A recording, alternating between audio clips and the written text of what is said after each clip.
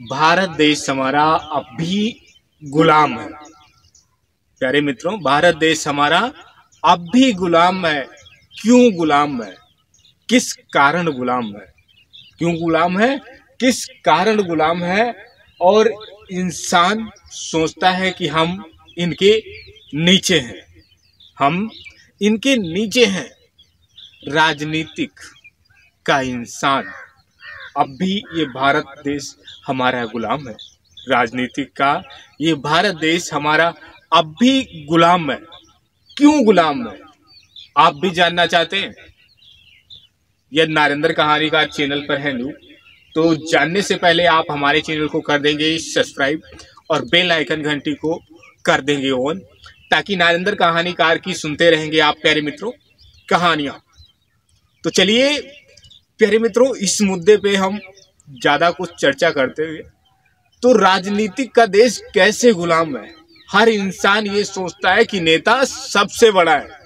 हर इंसान सोचता है कि नेता सबसे बड़ा है। कौन अच्छा नहीं सोचता है? मुझे कमेंट करके बताओ नारेंद्र कहानीकार को, कौन नहीं सोचता है कि नेता सबसे बड़ा है। जैसे देश का प्रधानमंत्री हो जाता, उसको उसके देश पूरा अंडर में हो जाता है। हो जाता नहीं हो जाता? हो जाता या नहीं हो जाता है। लेकिन कोई भी काम हो, कोई भी काम हो, यदि नेता गलत करेगा, यदि नेता कोई भी गलत करेगा, तो यदि उसका केस कानून की अदालत में पहुंच गया, उसके खिलाफ सबूत मिल गया, तो कानून भी उसे अंदर डाल देगी, कानून भी उसे अंदर बंद कर देगी। नेता को उस अंदर बंद कर देगी, क्योंकि गलत तो गलत होता है।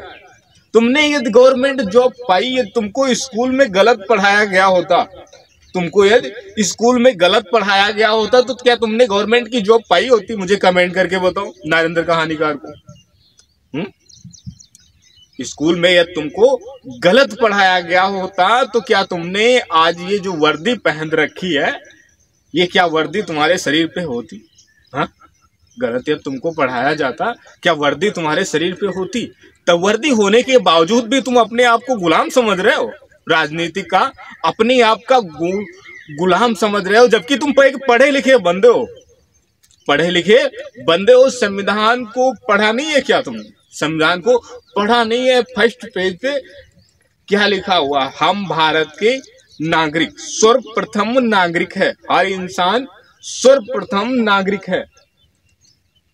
हर इंसान सर्वप्रथम भारत का सबसे पहले, चाहे वो एक किसान हो, चाहे वो एक मजदूर हो, चाहे वो एक गवर्नमेंट सर्विसमैन हो, चाहे वो एक बिजनेसमैन हो, चाहे वो एक आम आदमी हो, चाहे वो खेती बाड़ी करने वाला किसान हो। हर इंसान भारत के संविधान में एक नागरिक है। चाहे वो प्रधानमंत्री हो, चाहे वो सीएम हो, चाहे वो पीएम हो, चाहे वो विधायक हो, चाहे वो एमपी हो, कोई भी हो, हर इंसान सबसे पहले संविधान में क्या आता है कि हर इंसान एक नागरिक है भारत का। चाहे वो किसी भी धर्म से बिलोंग करता हो, चाहे बड़ा जितना भी बड़ा उसका नाम हो, लेकिन संविधान के रूप में भारत देश के अंदर जो भी बंदा रहता है, कानून के हिसाब से, कानून के हिसाब से वो बंदा भारत का नागरिक है। लेकिन अब भी प्यारे मित्रों, अब भी भारत का नागरिक होने के बावजूद, इतना जनसंख्या पढ़ी लिखी होने के बावजूद भी सोचती है कि हम गुलाम हैं। कानून पोस्ट पे बैठे हैं, फिर भी वो डरते हैं।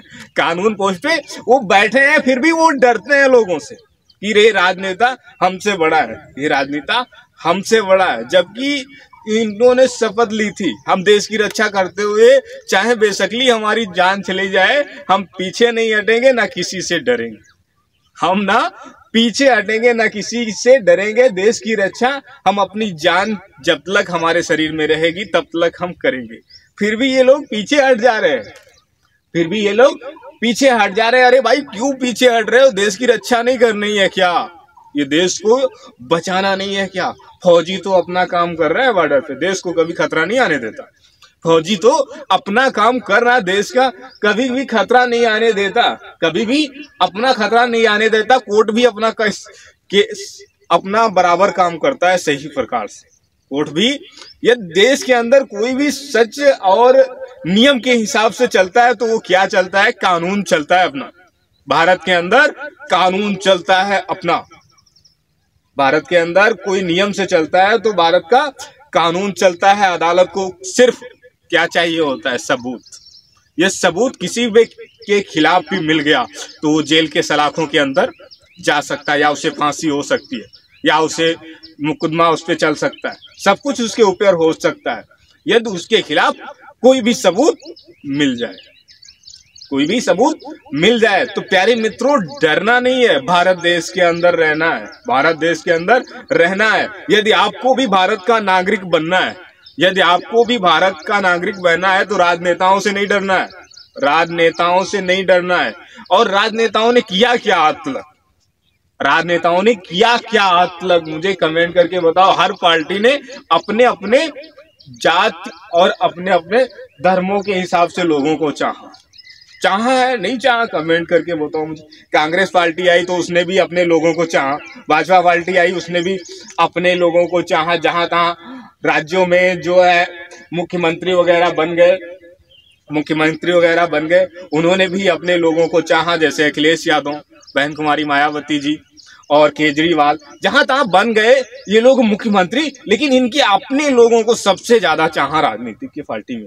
लेकिन देश का क्या कहना है और पढ़े लिखे लोगों का क्या कहना है? आपको डरना नहीं राजनीतिक दलों से, आप कानून विभाग से हैं। आप सिर्फ सबूत के तौर पे आप कुछ भी कर सकते हैं, सबूत के तौर पे आप कुछ भी कर सकते हैं। लेकिन आजकल का मैं देख पा रहा हूं कि जो पुलिस वाला है वो अपने आप को, कुछ लोग इतना घमंडी आप लोग समझने लगते हैं, घमंडी अपने आप को समझने लगते हैं। न्यू वर्दी पहनी है और जुनून इतना है। कमजोर इंसान पे जुनून नहीं निकालना है। सबसे पहले काम क्या होता है कानून का? समझना, जानना, उसके बाद कार्रवाई करना। उसके बाद यदि वो भी कार्रवाई यदि उसके खिलाफ है और वो मुलजिम है, पहले उसके बारे में जानना होता है, उसके बाद उसको समझना होता है। कानून का काम होता है, आपका कानून का काम बता रहे हैं हम। आप उसके बाद समझना होता है, उसके बाद समझ आने पर ये मुलजिम है या नहीं है, उसके बाद कानून उसे सजा देता है। जितना भी बड़ा अफसर होता है यही काम करता है। उसे समझने के बाद तब अदालत उसे कानून की कैद खानी में डालती है, तब उसको सजा दी जाती है। और भारत में रह करके मैं देख पा रहा हूँ आजकल कानून विभाग के लोग हमारे कमजोर हो जाते हैं और देश के किसान भी काफी ज्यादा कमजोर हो जाते हैं। दिल्ली पे मैंने देखा था एक बार, दिल्ली पे काफी ज्यादा किसानों की जनसंख्या में ट्रैक्टर से लोग पहुंचे थे बॉर्डर पे। वहां पे पुलिस कर्मियों ने क्या उनके ऊपर अत्याचार किया, मैंने सब कुछ देखा। राजनीतिक ने कितना पैसा लगाया इन सभी को रोकने के लिए। लेकिन सबसे बड़ी बात क्या होती है, ये देश के अंदर कोई भी रहता है तो समझौते से बात उससे करनी चाहिए, समझौते से उससे बात होनी चाहिए, अपना मुद्दा रखना चाहिए। राजनीतिक दल आजकल लड़ाइयां सबसे ज्यादा उखाड़ रहे हैं, मैं देख रहा हूँ झगड़ा सबसे ज्यादा उखाड़ते हैं। हिंदू मुस्लिम का झगड़ा, हिंदू मुस्लिम का और हिंदू पूजा पाठ। अरे भाई, जब राजनीतिक सत्ता में आना है तो संविधान को फॉलो करना है, संविधान को फॉलो करना है और कानून के हिसाब से देश को चलाना है, कानून के हिसाब से देश को चलाना है, कानून के हिसाब से देश को चलाना है। कानून के हिसाब से देश को नहीं चलाओगे तो देश का कानून अभी जिंदा है, देश का कानून अभी जिंदा है और देश का फौजी भी अभी जिंदा है, जो सच पे डिपेंड रखता है। आप चाहे शपथ खाते हो, जब मुख्यमंत्री या प्रधानमंत्री बनते हो, आप शपथ लेते हो कि मैं जब तक अपने राजगद्दी पे रहूंगा तब तक मैं ईमानदारी से अपने देशवासियों, अपने क्षेत्रवासियों की मैं सेवा करूंगा। लेकिन ये राजनीतिक दल में तो झूठ बोलना भी होता है, ये सबसे ज्यादा डिपेंड किस पे करता है? इंसान की सोच पे डिपेंड करता है, इंसान की सोच पे डिपेंड करता है। कभी कभी कानून विभाग के लोग भी दगा दे जाते हैं प्यारे मित्रों, कभी कभी कानून विभाग के लोग भी दगा दे जाते हैं। उसी प्रकार से ये राजनीतिक भी होते हैं, कौन कब बदल जाए कुछ नहीं कहा जा सकता। कौन कब बदल जाए कुछ नहीं कहा जा सकता। ये प्यारे मित्रों देश है, ये देश हमेशा चलता रहेगा। और गुलाम प्यारे मित्रों, राजनीतिक यदि आप हटाना चाहते हो तो हमारे ख्याल से राजनीतिक यदि हटाना चाहते हो तो नरेंद्र कहानीकार का कहना मानोगे, नरेंद्र कहानीकार का कहना मानोगे। और भारत देश को यदि राजनीतिक से खत्म करना चाहते हो, अपने को चाहते हो कि मैं भारत का एक नागरिक बन के रहूं, मैं भारत का एक नागरिक बन के रहूं, संविधान की तरह मैं जीऊं और बाबा साहब अम्बेडकर की तरह मैं भी शिक्षित बनूं और अपना देश में नाम करूं, तो नरेंद्र कहानीकार के साथ में बने रहना है। और वोट डालने आपको नहीं जाना है। किसी भी राजनीतिक दल का इलेक्शन होता है तो आपको वोट डालने जाना ही नहीं है। राजनीतिक देश के अंदर खत्म कर दो। ये देश अपने हाथ चलने लगेगा, किसकी बदौलत? कानून के हिसाब से देश चलने लगेगा, कानून के हिसाब से। देश की रक्षा सबसे ज्यादा अच्छी होगी। ना कोई तुम्हारे देश को बेच सकेगा, ना कोई इतना जल्दी महंगाई बढ़ा सकेगा, ना कोई तुम्हारे ऊपर अत्याचार कर सकेगा, जब ये देश कानून के हिसाब से चलेगा। आप भी चाहते हो कि कानून के हिसाब से चले तो नरेंद्र कहानीकार का कहना मानेंगे और वोट डालने आप नहीं जाएंगे और भारत का नागरिक बनने में सहयोग करेंगे। भारत का नागरिक बनने में सहयोग करेंगे।